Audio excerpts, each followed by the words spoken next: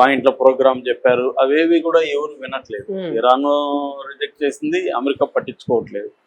దాంతో ఇప్పుడు 40 దేశాలను ఆర్గనైజ్ చేసే పని బ్రిటన్ ప్రధానమంత్రి ఆయన కీర్ స్టార్మర్ అంటారు, ఆయన తీసుకున్నాడు. దాదాపు విర్చువల్గా 40 దేశాల ప్రధానమంత్రులు, అధ్యక్షులతో, ప్రతినిధులతో ఆయన సమావేశం అయ్యాడు. అందులో ఇండియా తరఫున విక్రమ్ మిస్రీ మన ఫారిన్ సెక్రటరీ ఆయన పాల్గొన్నాడు. సో ఈ 40 దేశాల ప్లాన్ ఏంటంటే ఇరాన్తో మాట్లాడి దీన్ని ముఖ్యంగా హార్ముజ్ని ఓపెన్ చేయడం. ఇరాన్ కూడా నిన్న ఒక ప్రకటన చేసింది. అదేంటంటే ఒక ఇజ్రాయెల్, అమెరికా ఆ రెండింటిని సపోర్ట్ చేసే దేశాలు తప్ప మిగతా అన్ని దేశాలు మీరు మాతో మాట్లాడుకోండి, మీ షిప్పుల్ని మేము పంపుతామని. ఎందుకంటే అక్కడ 2000 నుంచి 3000 షిప్పులు వెయిటింగ్ లో ఉన్నాయి. అందులో 20,000 మంది సీ ఫేరర్స్ అంటారు వాళ్ళని, అంటే వర్కర్స్ కావచ్చు, 20,000 మంది చిక్కుకున్నారు. వాళ్ళకి సరైన ఫుడ్ లేదు. ఎందుకంటే రీసప్లైస్ జరగాలి. రీసప్లైస్ అనేది అదొక పెద్ద కార్యక్రమం. అనేక చిన్న షిప్పులు గుండా వాళ్ళకి ఫుడ్, ఫ్యూయల్, మెడిసిన్స్ ఇవన్నీ వెళ్ళాలి. వాళ్ళు సిక్ అయిపోతారు, వాళ్ళకి హెల్త్ ఇష్యూస్ ఉంటాయి, ఫ్యామిలీస్తో సంబంధాలు లేవు, ఇవన్నీ ప్రాబ్లమ్స్ ఉన్నాయి. అందరూ ఇండియన్సే ఎక్కువ ఉన్నారు యాక్చువల్గా అక్కడ. సో ఇండియన్ ప్రభుత్వం కూడా దానికోసం 24 hour ఉండే ఒక దీన్ని ఏర్పాటు చేసి ఇక్కడ ఫ్యామిలీస్ని కోఆర్డినేట్ చేసుకుంటూ అక్కడ వాళ్ళకి ఫుడ్, ఫ్యూయల్, ఎందుకంటే ఫ్యూయల్ అయిపోతుంది, రన్నింగ్ లో ఉండాలి కదా షిప్, ఫెయిల్ అయిపోతే మళ్ళీ అది ప్రాబ్లం. అందుకని వాళ్ళకి మెడిసిన్, ఫుడ్ ఇవన్నీ కూడా సప్లై చేస్తున్నారు. కొంతమంది వాళ్ళు ఇబ్బందుల్లో ఉంటే వాళ్ళని రీప్లేస్ చేయాలి, వాళ్ళని తీసుకొచ్చేసి వాళ్ళ స్థానంలో ఇంకొకరిని పెట్టాలి. ఇటువంటి అనేక కార్యక్రమాలు అన్ని దేశాలు ఇప్పుడు కోఆర్డినేట్ చేసుకొని గల్ఫ్ దేశాలతో, ముఖ్యంగా ఒమన్, సౌదీ అరేబియా, యుఏఈ, ఇవన్నీ ముఖ్యంగా ఒమన్ చెప్పుకోవాలి. ఎందుకంటే ఇటుపక్క ఇరాన్ ఉంటే అటుపక్క ఈ జలసంధికి అటుపక్క ఒమన్ ఉంటుంది. సో ఈ రెండు కోఆర్డినేట్ చేసుకుంటూ చేస్తున్నారు. అందుకని ఇప్పుడు యూరప్ తరఫున ఈ స్టార్మర్ రంగంలో దిగాడు. 40 దేశాల ప్రతినిధులతో మాట్లాడాడు. అందులో యూరోపియన్స్ ఉన్నాయి, యూరోప్ దేశాలు ఉన్నాయి, ఆఫ్రికా దేశాలు ఉన్నాయి, ఏషియా దేశాలు ఉన్నాయి. వీళ్ళందరూ యుద్ధానికి పోవట్లేదు, యుద్ధం వద్దనే చెప్తున్నాడు. నిన్న కూడా ఇమ్మాన్యుయల్ మెక్రాన్, ఆయన ఫ్రెంచ్ ప్రెసిడెంట్, ఆయన కూడా క్లియర్ గా చెప్పాడు. ఆయన కూడా ఎగతాళి చేసి ట్రంప్ ఇతను భార్య బాధితుడు, భార్య ఇతన్ని వేధిస్తుంది అన్నట్టుగా కూడా మాట్లాడు, దాన్ని ఖండించారు.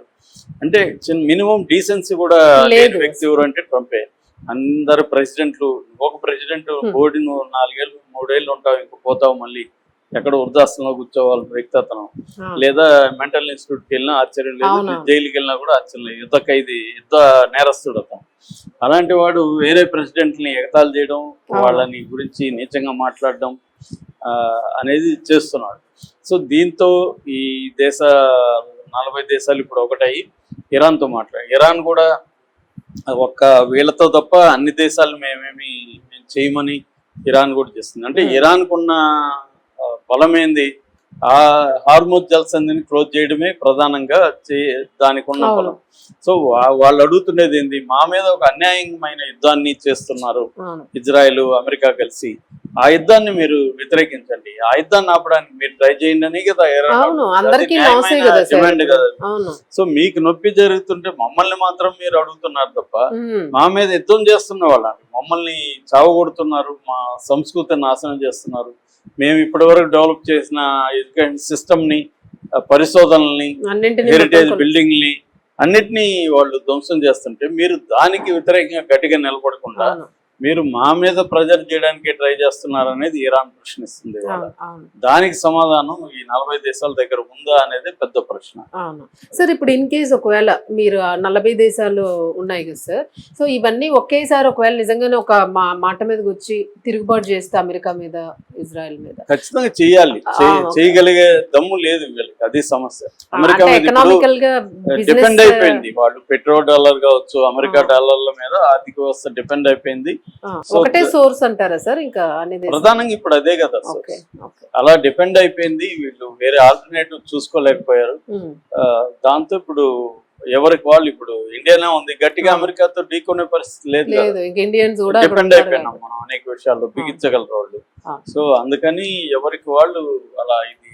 అందుకని ఎప్పుడు కూడా ఏకధ్రువ ప్రపంచం అనేది డేంజర్, మల్టీపోలార్ గా డెవలప్ చేసుకొని ఉండాలి.